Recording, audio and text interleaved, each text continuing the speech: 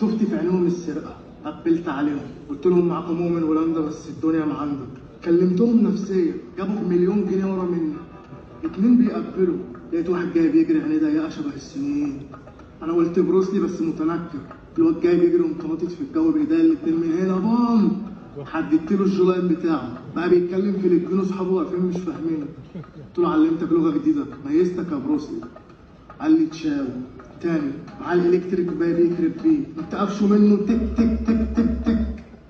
فصل شحن مني الواد مش الالكتريك.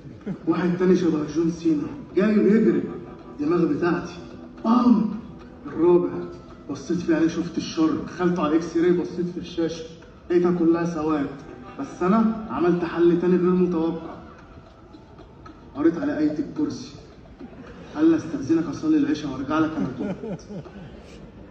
انا مصدق، مستحيل يكون الف كل ده واحنا واقفين.